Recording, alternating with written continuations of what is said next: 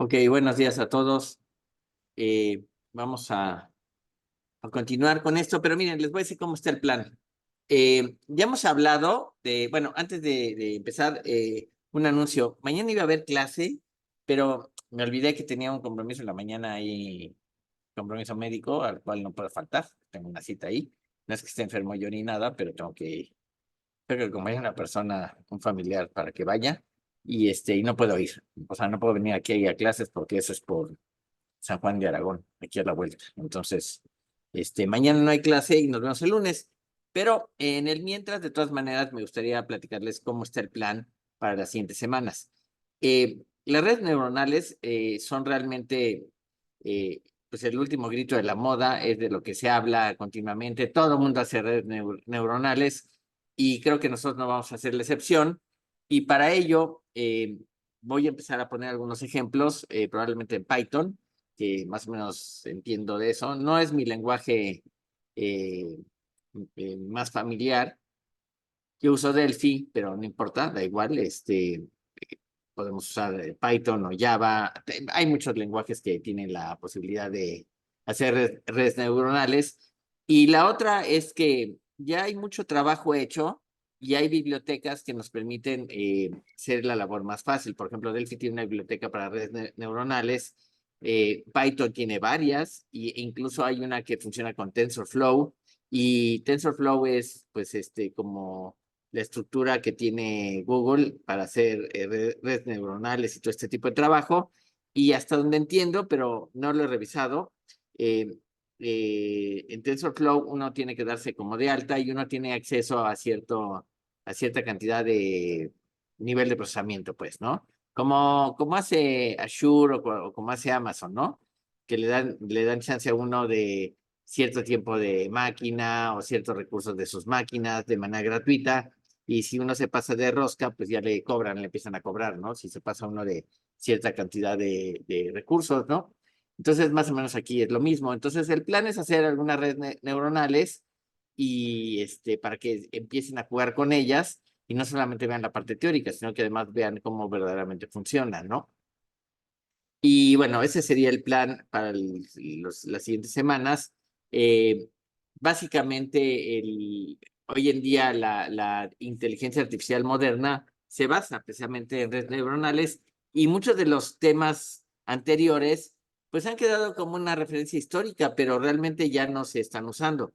Les pongo algunos ejemplos. Durante muchos años se pensó que el problema de la inteligencia artificial se basaba en una cuestión de saber buscar, de búsquedas y de esquemas de búsquedas. Y entonces se trabajó mucho en eso, pero tiene un límite, ¿no? Y entonces eventualmente no se pudo ir mucho más lejos. Y cuando salieron las redes neuronales le dio más galleta a la idea de la inteligencia artificial. Ahora sí que bajo este principio de las redes neuronales que supuestamente pretenden simular a las redes neuronales biológicas, y entonces pues le dio un giro a todo el asunto, y no solamente en la parte teórica, sino que empezaron a salir programas que hacían un montón de cosas que antes parecía imposible hacer, ¿no? Entonces, lo vemos, ¿no? Vemos ChatGPT, le pueden preguntar muchas cosas, incluso de programación, ¿no? Yo le pregunté, le dije que me hiciera un programa en ensamblador para 6502, que es un procesador muy viejito, y era un programa muy trivial, ¿no? De que copiara una región de, este, de memoria a otro lado. Y me lo hizo e incluso me lo comentó, ¿no? O sea, entonces hay que reconocer que sí, hacen cosas muy interesantes. También ChatGPT comete muchos errores. A veces, no sé de dónde saca y reúne la información y la procesa, de manera que de pronto habla de algunos personajes que ni siquiera lo que pone es falso totalmente, ¿no? Pero bueno. Bueno, el caso es que vamos a regresar vamos a hacer redes neuronales y desde luego la primera red neuronal que hay que trabajar es el perceptrón. Y vimos que el perceptrón es una red neuronal que es de una sola capa en general y eso lo limitaba mucho, ¿no? Eventualmente se hicieron muchos esfuerzos para admitir capas adicionales, pero eh, después salen otras topologías y arquitecturas mucho más poderosas, ¿no? La arquitectura del perceptrón sirve para hacer mapeo de patrones, es decir, que aprende a clasificar modelos mediante un aprendizaje que yo diría que es supervisado en general. Acuérdense que el aprendizaje supervisado es aquel que yo ya sé la respuesta final a ciertas entradas. Y si me ponen una entrada nueva, pues calculo los pesos de la red y veo qué me da y lo comparo contra lo que me debería dar. Y entonces la diferencia la modifico en los pesos para que eventualmente tenga unos pesos determinados y eso ya cuando funciona bien no se cambian, ¿no? Los modelos que usa una red de perceptrones son valores binarios, es 0 o 1, ¿no? Y las categorías de clasificación también se expresan como de hay o no hay, ceros o unos, son vectores binarios, ¿no? Entonces, fíjense, ahorita les pongo una grafiquita. El perceptrón presenta dos capas de unidades procesadoras y una de ellas presenta la capacidad de adaptar o modificar los pesos. La arquitectura del perceptrón también puede tener capas adicionales, pero no disponen de la capacidad de modificar sus propias conexiones. Déjenme mostrarles una imagen del perceptrón. Déjenme ver cómo le hago aquí. Lo voy a hacer más grande. No, no es aquí. Aquí. Ok. Ok, les voy a poner la imagen. Compartir pantalla y les voy a poner esto. Bueno, pues este es el perceptrón, ¿sí? Y se tienen una serie de entradas, que son estas de acá. Cada entrada tiene asociado un peso. Y aquí tenemos, pues, la suma de todos los pesos, ¿sí? Y si los pesos, o sea, la suma de todo eso da un valor que pasa cierto umbral, entonces se dispara en la neurona un evento. Si no, no pasa nada, ¿ok?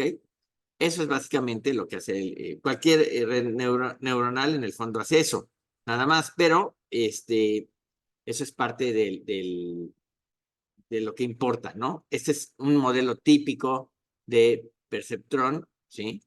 Y bueno, pues y lo que tenemos es que cuando entonces llegamos a un umbral, entonces ya calculamos cada entrada y lo multiplicamos por el peso, eso se llaman entradas ponderadas, ¿sí? Y si llegamos que tienen un valor que es mayor o menor a cierto umbral, ¿sí? Entonces generamos una salida. Si la suma de todos los valores ponderados es mayor que 0 o mayor que cierto valor en realidad, entonces la salida es 1, si no, la salida es 0, ¿no? Y la salida se transmite a lo largo de la línea de la salida y constituye uno de los componentes del vector de salida de la red. Es decir, tenemos muchos perceptrones que finalmente no es uno solo, son muchos, ¿no? Hay perceptrones de dos capas, como el que les voy a poner ahora, y déjenme ver aquí cómo era. Aquí,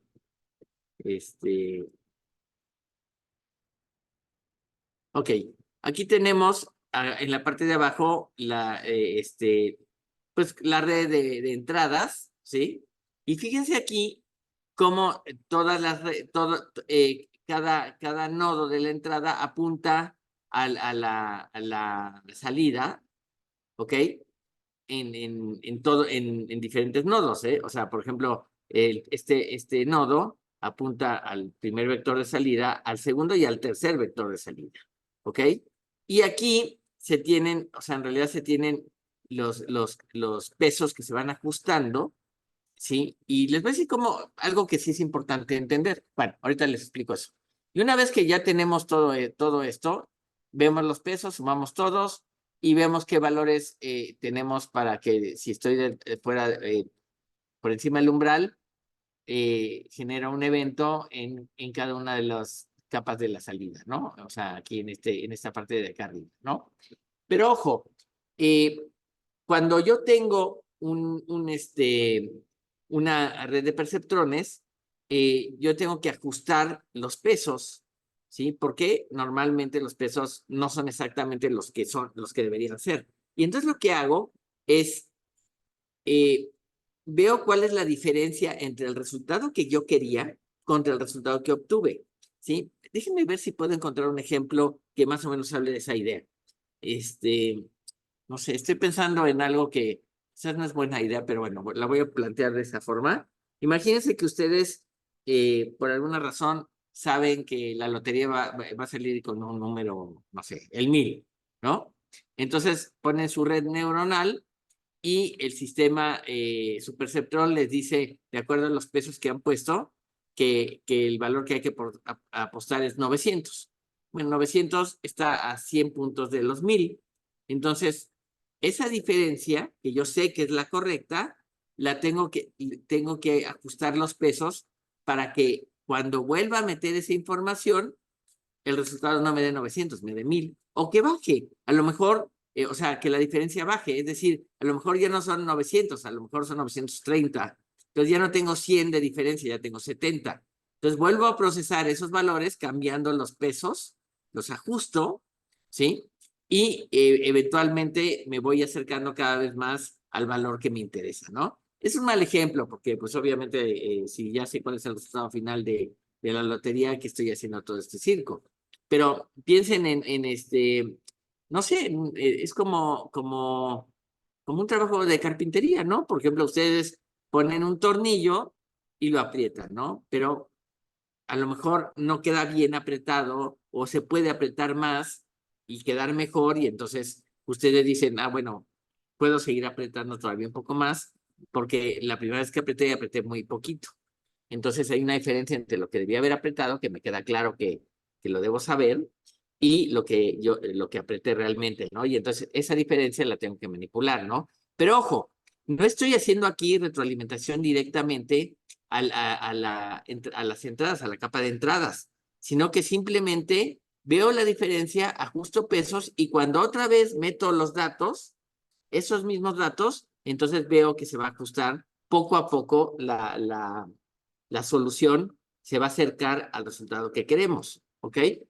Eso es lo que es muy importante que tengan presente realmente. Bueno, entonces, aunque los perceptrones sirven para los mapeos así de patrones, para encontrar, por ejemplo, se ha usado para encontrar textos, ¿no? Por ejemplo, hacer como lectura de letras, para, por ejemplo, para hacer OCRs, o sea, Optical Character Recognition. Se puede usar perceptrones para eso, son bastante buenos para eso, y tienen sus limitaciones que ya hemos dicho que Papert y Marvin Minsky las trabajaron, ¿no? Y que además le echaron tierra a las redes neuronales por mucho tiempo, pero bueno, en los años 50 y 60 empezó a haber una cantidad de gente que desarrolló diferentes tipos de arquitecturas o topologías para el perceptrón. Y las topologías con 3 o más capas eh, se caracterizan porque la regla del aprendizaje del perceptrón, es decir, la suma ponderada, solo adapta los pesos o valores de las conexiones de una sola capa. Déjenme mostrarles una imagen de un sistema de perceptrones de 3 capas, donde la entrada es la imagen de la letra E y la salida es la categorización de la entrada en 2 clases. ¿Sí? Entonces, miren, por ejemplo, aquí.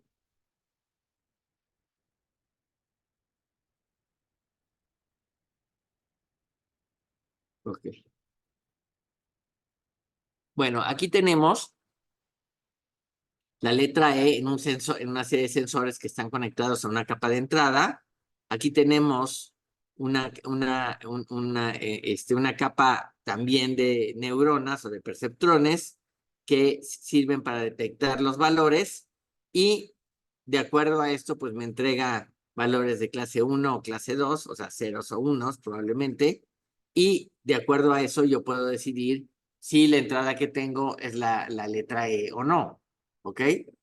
Esto es una manera de trabajar con los perceptrones, ¿no? Me gustaría, voy a ver qué ejemplo encuentro al respecto.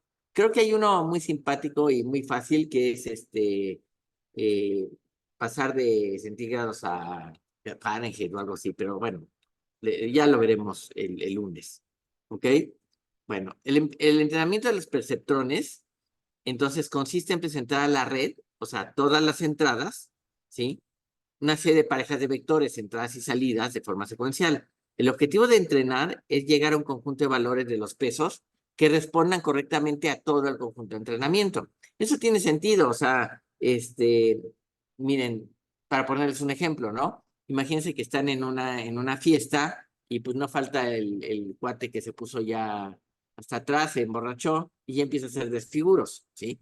Bueno, nosotros que no hemos llegado al tal extremo, lo vemos mal, porque nuestro conjunto de aprendizaje al respecto de ese tipo de situaciones, sabemos que el que está borracho pues está haciendo las cosas, ya no está en sus 5 sentidos y hace tonterías y además pone un poco en peligro a otros o puede provocar algún accidente. En fin, no sé si han ustedes tenido que cargar con borrachos, pero es horrible, ¿no? Porque son tercos, porque quieren manejar, o sea, son historias de terror, ¿no?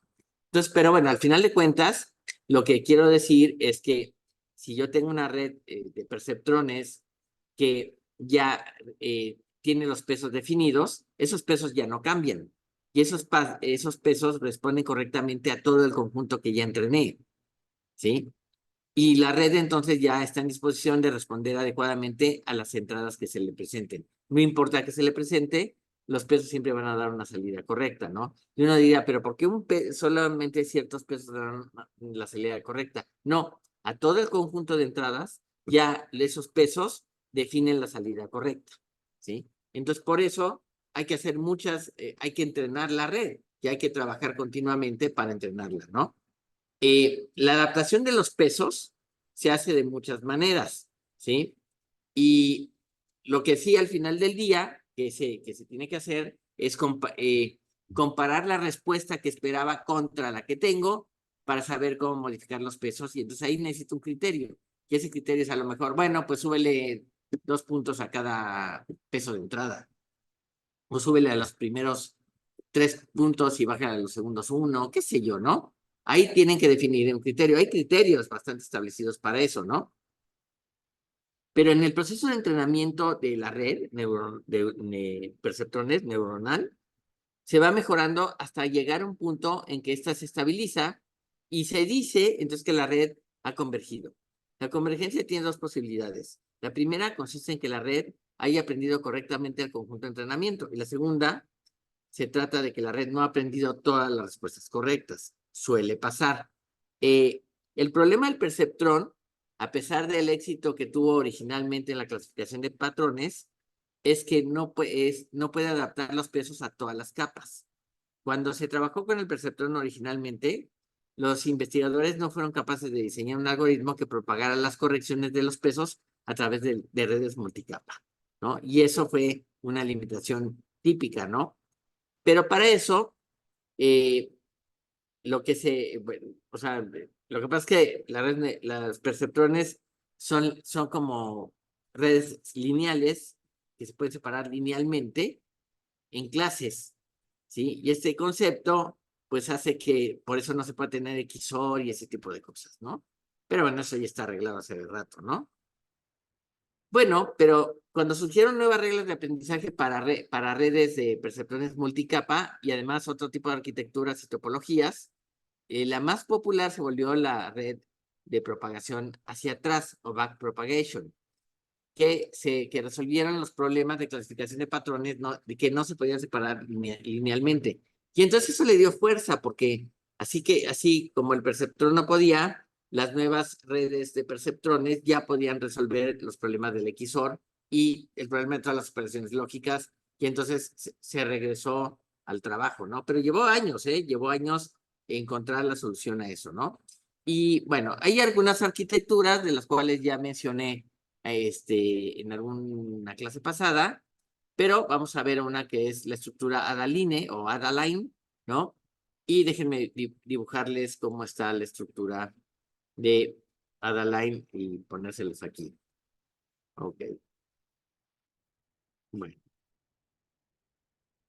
Ok, aquí pueden ver en esta figura, en la de la izquierda, es una Adaline básica y la unidad procesadora representa un círculo con la sumatoria aquí, ¿sí? ¿Ok? Que tiene la función del umbral, ¿ok? Las, las conexiones de cada una de las entradas tienen asociado un valor de ponderación llamado también peso. Imagínense que tengo aquí las entradas, ¿sí? Y esto es pues una especie de una perilla, ¿no? Que gradúo el peso que yo quiero, ¿no? Y el truco está en que hasta aquí esto es un perceptrón tradicional, ¿no? Y obviamente tenemos un umbral que es el threshold, que así se le llama en inglés, y si paso de ese umbral, pues disparo un evento o no disparo ningún evento. Pero este perceptrón en una estructura Adaline básica, lo que tengo es lo mismo que tenía antes, pero el resultado veo qué error hay, lo mando a las reglas de adaptación, es decir, cómo cambiar los pesos y vuelvo a intentar. ¿Ok? Y aquí hay una retroalimentación muy clara en la estructura, de manera que eventualmente, si yo corro muchas veces este proceso, eventualmente voy a encontrar cuáles son los pesos adecuados, ¿no? Por eso se dibujan aquí con esas como flechitas, ¿no? Como si fuesen como controles, ¿no? Como perillas, ¿no? Yo me lo imagino así. Esta es una red Adaline, ¿no? Y este es el ajuste de los pesos que se hace a través de una regla. Esta regla de adaptación es la que hay que definir eventualmente, ¿ok? Bueno, aquí la diferencia entre el valor de la salida que yo obtengo y el valor esperado, la unidad procesadora actúa como un sumador, o sea, como hace también el perceptrón, y después dice, voy a decir que el valor vale 1 si la suma de los valores de entrada con los pesos es mayor o igual a 0, o bien es menos 1 si la suma de esos valores es menor que 0. La salida, pues, de una estructurada line es más o menos 1, y la diferencia con la arquitectura del perceptrón es que solo permite los valores 0 y 1. Pero miren, los valores 0 y 1 finalmente son como pues es una convención, podría poner menos 1, 1 menos 1, ¿sí? Así que no, eso no creo que sea realmente la gran diferencia. La diferencia, en mi opinión, es que tengo un mecanismo que es la regla de adaptación para saber cómo debo cambiar los pesos, ¿ok? El entrenamiento se repite entonces muchas veces y finalmente después de muchos procesos, o pocos, dependiendo de lo que esté haciendo, el proceso de adaptación produce la salida deseada con los pesos correctos, ¿ok? Y hay una regla en el aprendizaje que utiliza una regla que se llama Withrow-Hoff, que no les voy a mostrar porque no viene mucho al caso, pero es la que cambia los pesos, ¿sí? Entonces, les voy a pasar el documento que estoy usando para que lo tengan. Ahorita se lo mando a Jessica para que lo suba al chat y le echen un vistazo, ¿no? Está bien escrito, está en español, está fácil, ¿no? Por cierto, yo tengo acceso ahí a un sitio de libros de electrónica y de cómputo y demás. Voy a ver qué hay de Python con redes neuronales y se los mando también al chat, ¿no? Bueno, este, déjenme ver.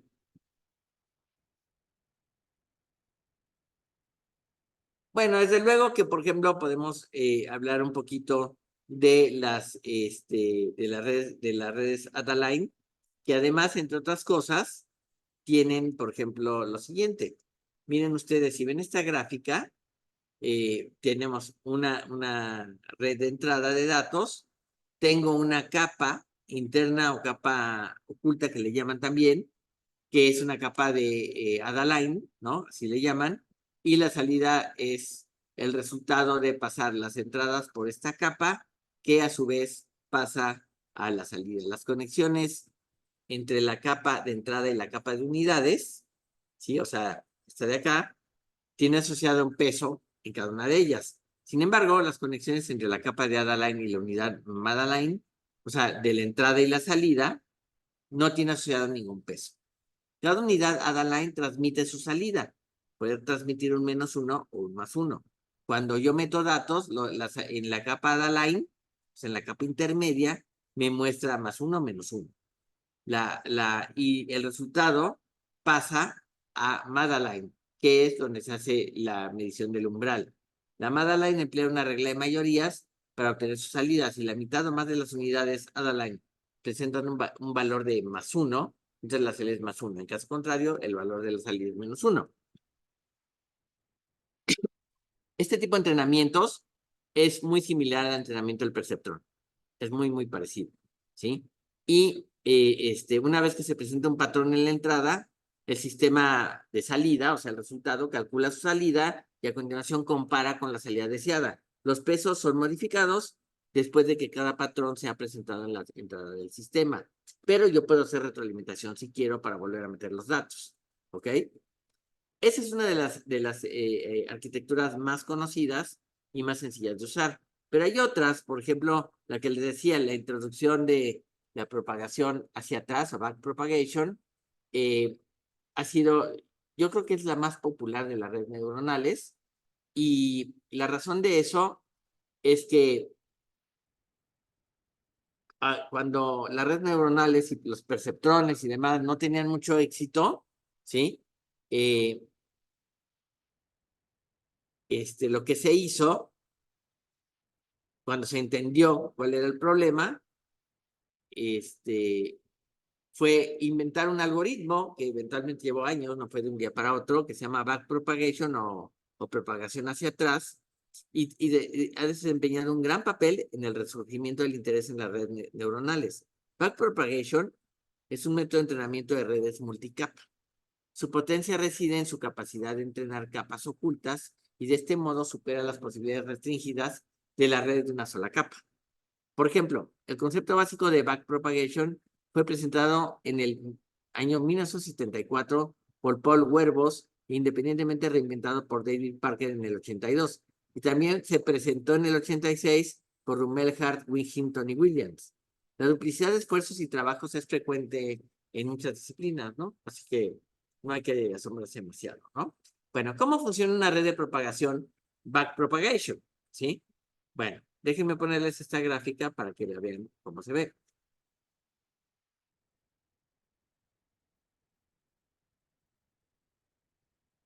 Pues, aquí está. Aquí le están viendo, ¿no?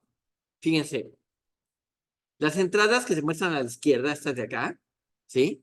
Y a la derecha se encuentran las unidades que reciben la salida, ¿ok?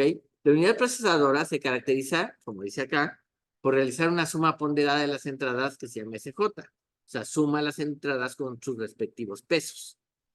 Y se tiene un valor asociado que se utiliza para ajustar esos pesos. Esa delta J es lo que hace. El peso asociado a la conexión desde la unidad I a la unidad J se representa por el peso JI. Es decir, aquí vienen los pesos que tiene cada una de las entradas y estos pesos se modifican durante el proceso de aprendizaje. La propagación utiliza 3 capas o más de unidades procesadoras. En esta figura 2.2, esta de acá, se muestra la topología en 3 capas. Entrada, ¿sí? Una capa, ¿no? Otra capa, unidades, ¿cómo le llaman? Ocultas. Y finalmente las unidades de salida. Y la capa inferior es la capa de entrada. Es la única capa cuyas unidades procesadoras reciben entradas.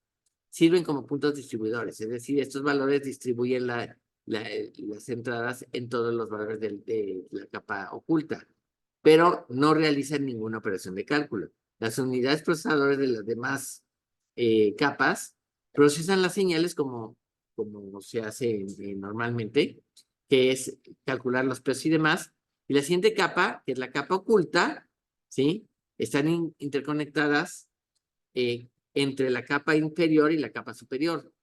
Y eso, al hacer los cálculos aquí, ¿sí? Se llega a una unidad o valores de salida. ¿Ok? Bueno, entonces, el algoritmo de entrenamiento de las redes de propagación hacia atrás usa un método de entrenamiento supervisado. ¿Por qué supervisado? Porque acuérdense, cuando usan un método supervisado, ustedes saben cuáles son los resultados a prácticamente cualquier entrada, ¿sí? Entonces, por eso el entrenamiento supervisado tiene, pues, digamos que tiene sus limitaciones, por decirlo de alguna manera, ¿no? Bueno, a la red se le presentan parejas de patrones y un patrón de entrada emparejado con un patrón de salida deseado. Por cada presentación, los pesos se ajustan de forma que disminuye el error entre la salida deseada y la respuesta de la red. El algoritmo lleva una fase de propagación hacia adelante y otra hacia atrás. vamos a ver cómo es el asunto. Ambas fases se realizan por cada patrón presentado en la sesión de entrenamiento. Por ejemplo, la propagación hacia adelante, aquí se inicia cuando se presenta un patrón en la capa de entrada, o sea, en los valores de entrada. Cada unidad de la entrada se corresponde con un elemento del vector patrón, o sea, pues con cada valor de que estoy poniendo en el vector de entrada. Las unidades de entrada toman el valor que yo le estoy dando, calcula el valor de activación o nivel de salida en la primera capa. A continuación, las demás capas realizarán la fase de propagación hacia adelante que determina el nivel de activación de otras capas.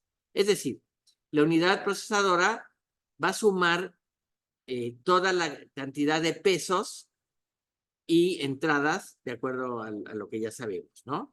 Y va a generar una salida o nivel de activación para saber si enciendo, o sea, si disparo un evento o no, a través de una función. Aquí está la diferencia. No tengo el valor que saco, se aplica una función, es decir, en lugar de aplicar si es mayor o menor, o sea, mayor de un umbral o menor de un umbral, le aplico una función. Esta función es una función umbral genérica. Entonces tengo que aplicar el valor de la suma con los pesos para encontrar su valor y entonces aplico la función y hay dos que se usan mucho. La función sigmoidea y la función hiperbólica. Y les voy a decir por qué se usan esas. Déjenme encontrar, denme un segundo.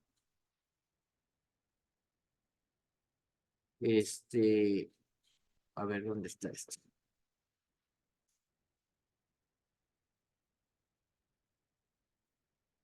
No, permítanme, perdón.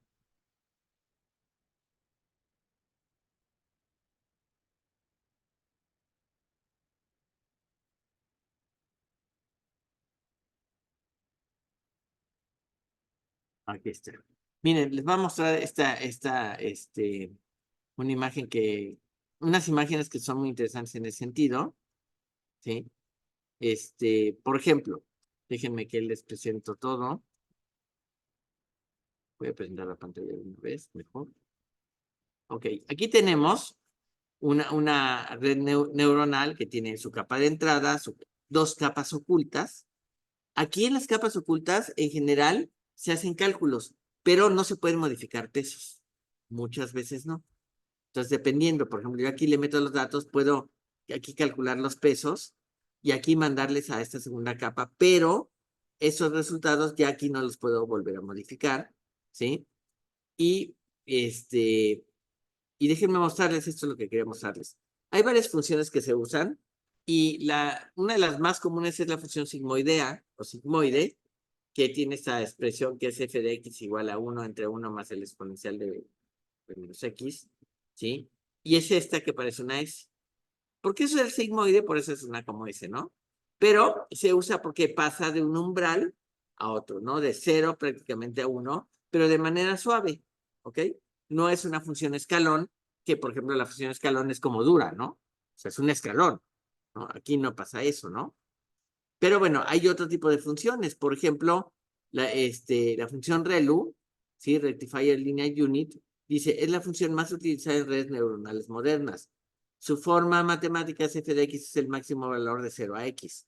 Lo que significa es que la salida es 0 para valores negativos y lineal para valores positivos. Y ese es el valor que se iba encontrando. Si son negativos, 0, 0, 0 y de pronto vale positivo y es lineal, pues lo pongo, no sé, 45 grados por ahí, ¿no? ¿Ok?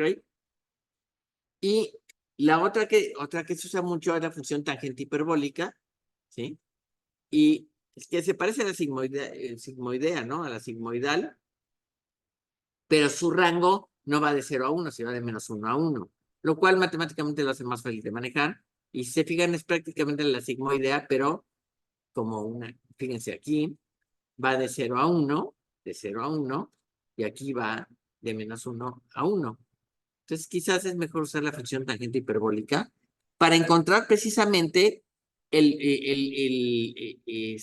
valor del umbral para saber si disparo el evento o no. ¿Ok? Entonces, es importante que tomen en cuenta ese asunto, ¿no? Bueno, entonces, regreso.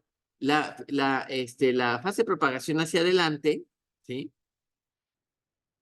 lo que hace es toma los valores, ¿sí? Les calcula sus pesos, los procesa, utiliza la función sigmoidea, por ejemplo, o la hiperbólica, o la que ustedes quieran, para dar una salida de lo que voy haciendo.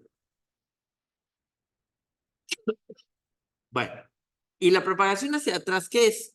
Una vez que la propagación se ha hecho hacia adelante, se inicia la fase de corrección o fase de propagación hacia atrás, lo que finalmente es retroalimentación del valor, ¿sí? Los cálculos de las modificaciones de todos los pesos empiezan por la capa de salida, o sea, ahí se redefinen y continúan hacia atrás para las capas de la red que llegan hasta la capa de entrada. Por eso le dice que es hacia atrás, ¿sí? Porque se va a las capas anteriores a modificar los pesos, ¿sí? No es una flecha, miren, déjenme ver si aquí tengo una gráfica. Ok, aquí lo pueden ver. Dejen que se los pongo.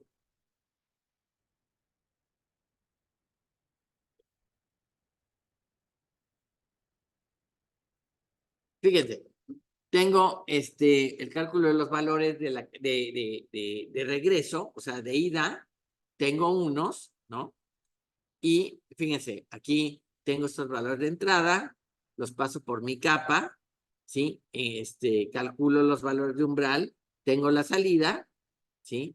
Pero, por ejemplo, aquí 0.3 me da, en realidad buscaba un 0.4, 0.5 me da 0.4, 0.4 me da 0.4, etcétera. Y entonces lo que hago, fíjense cómo aquí estas flechas, me regreso desde la salida hacia la capa anterior y de ahí a la capa de entrada para modificar los pesos. Por eso se llama propagación hacia atrás. No es retroalimentación directamente de la salida a la entrada, no, sino que va a la capa intermedia o a la capa oculta y ahí empieza a modificar los parámetros de los pesos, ¿sí? Y de ahí regresa a la capa de entrada para poder trabajar de nuevo lo que está haciendo, pero él regresa por donde fue. No cambio los valores de los pesos haciendo una retroalimentación hasta el inicio, sino que los hago en la capa aquí que le llaman capa oculta, ¿ok? Bueno, entonces, obviamente, esto permite que eventualmente después de muchas operaciones encuentre los pesos correctos que ya que los tengo van a resolver prácticamente cualquier entrada que yo les dé. Esa es un poco la idea, ¿no? Y bueno, los pesos se ajustan entonces en este proceso iterativo que voy haciendo, ¿no? Y se usó una regla que se llama de Rumelhart y McClelland del 86 con algo que tiene un coeficiente que le llaman coeficiente de aprendizaje, pero bueno, eso ahorita no me interesa, ¿ok? Bueno, y acuérdense, en términos reales, las redes neuronales requieren llegar a cierta convergencia, es decir, un proceso de entrenamiento o aprendizaje de una red que haga backpropagation o propagación hacia atrás, es medir cuantitativamente el aprendizaje mediante el valor que yo tengo y comentarlo contra el error que ocurre. Esta medida refleja el modo en que la red está logrando respuestas correctas y a medida que la red cambia sus parámetros y se ajusta cada vez más a resultados, decimos que la red aprende y el valor que es el de mínimos cuadrados básicamente, ¿sí? De los valores que se llama RMS, el valor del error decrece, ¿no? Ok, entonces, de todas maneras hay que tener presente que para que una red neuronal tenga sentido, tiene que poder converger. Si no converge, no funciona. Por ejemplo, díganme una red neuronal que no converge. ¿Cuál podría ser? ¿Quién me dice?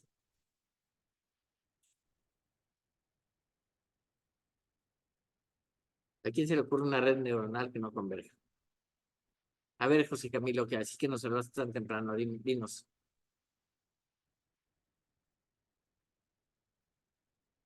¿Nadie? ¿Nadie se le ocurre? Podría ser como una red que tenga que ver con cosas de azar, ¿no? Como la de Melate y las Muy apuestas, bien, ¿no? Que había dicho, exactamente, ya lo porque he no hay patrones. exactamente lo aleatorio, sí, muy bien, Fernando también lo comentó, no había visto tu mensaje, Fernando Camacho, pero efectivamente, uno de los temas que impiden que las redes neuronales sirvan son precisamente los eventos aleatorios, porque no hay peso que le puedas poner. Es decir, vamos a pensar que yo quiero hacer una red neuronal con todos los datos que tengo del melate para sacármelo. Entonces, pues meto los datos y trato de ajustar mi función con los pesos para ver qué umbral, para saber si el número que estoy poniendo va a salir o no va a salir. Pues no sé, porque es azaroso, no hay tendencia. Y sí les puedo contar la historia de que, creo que la he contado ya aquí, no me acuerdo, pero una vez en el Instituto del Petróleo me prestaron una red neuronal muy primitiva en muchos sentidos, y dije, le voy a poner los números del melate. Y se los puse y le dije, a ver, encuéntrame tendencias, ¿no? Había puesto un ejemplo que venía en el manual, que era cómo calcular, por ejemplo, cuánta gasolina se iba a gastar si nosotros sabíamos los años pasados cuánta gasolina se había consumido en el país. Y entonces, eventualmente lo que hace la red neuronal, pues nos muestra la tendencia, nos dice, pues va al alza y es más o menos el alza de 10%, 7%. ¿Sí? Entonces, una red neuronal, ajustando los precios, eventualmente puede decir cómo va creciendo, porque los datos no son al azar. Bueno, los datos no son al azar en el sentido que llevan un patrón que va creciendo. Y eso se puede encontrar en la red neuronal. Pero si quieren jugar a la lotería o al melate, ¿no? No hay ninguna tendencia, o por lo menos en términos reales no debería haber ninguna tendencia. Y lo que pasa entonces es que no tengo manera de encontrar los números ganadores. De hecho, me acuerdo que puse la red neuronal, dije, pues a ver cuánto tarda, me fui a tomar café y cuando regresé, pues seguía trabajando, la dejé unas horas, no resolvía nada y con razón, no puede resolver porque no tiene ninguna tendencia la cual pueda usar, y entonces puede cambiar los valores de los pesos, pero no controla nada. Y entonces la dejé toda la noche y al día siguiente seguía trabajando y dije, pues qué raro. Entonces, ahora sí ya leí el manual y ahí me enteré que las redes neuronales no se pueden usar con, con procesos que son aleatorios o donde está el azar involucrado, ¿no? Y ojo, yo había dicho por ahí que una de las virtudes de este, de, por ejemplo, el melate, es que, aunque es azaroso, y la verdad es que es bastante azaroso, realmente el mundo real no es el azar perfecto. Entonces, como las bolitas pesan más o pesan menos, a lo mejor ahí pudiese existir alguna tendencia. Pero desde luego la red neuronal que usé para intentar buscar eso no fue suficientemente buena, o finalmente el azar pues tuvo más peso que las posibilidades de que, porque las pelotitas pesan décimas de gramo más o décimas de gramo menos, algo así, ¿no? ¿Ok? Bueno, entonces, eh, el lunes vamos a ver un ejemplo ya en Python de una red neuronal, y no sé cuál exactamente voy a ver, pero voy a ver alguno y vamos a dejarles alguna tarea. Por cierto, Jessica me mandó las tareas eh, que hemos este, propuesto, y déjenme nada más mostrarles, porque Jessica muy aplicadita me mandó todo. Bueno, la primera tarea este, fue la del árbol. ¿De qué árbol le estamos hablando? Perdón. ¿Alguien se acuerda? Pues yo no sé, no me acuerdo. ¿El de la familia? Ajá. Ah, El trolo. el árbol de la familia, claro. Ok. Después, la de sistemas expertos.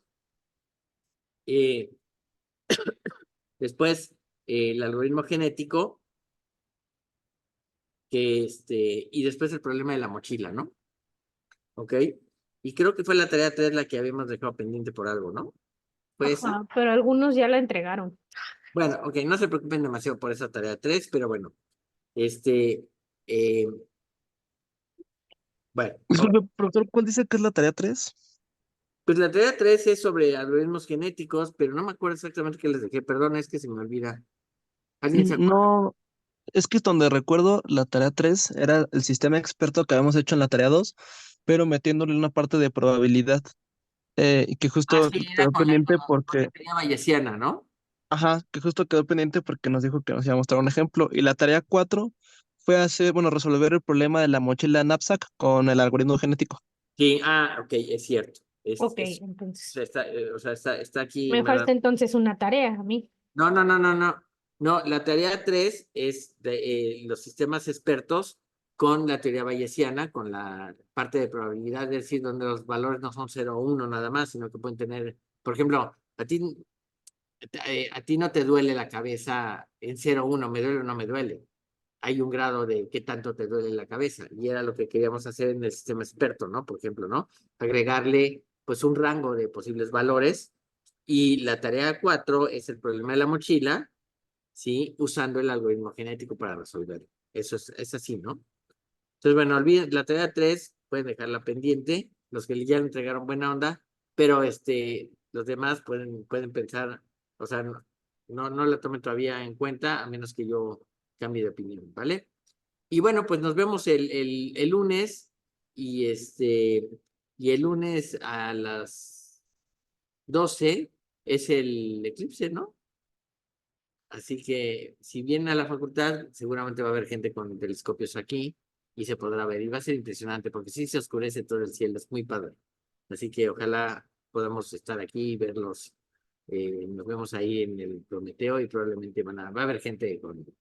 También en las islas de Rectoría, ¿no? O sea, atrás de Rectoría también se van a poner de Sí, las de 12 hecho del creo que van a día. regalar hasta lentes. ¿Mande? Creo Van que a... ajá, van a obsequiar lentes. Bueno, pues muy bien, entonces ya tenemos, seguramente aquí en la facultad también, ¿no? Sí, sí, sí. Sí, seguro. Bueno, pues entonces, comentarios, dudas.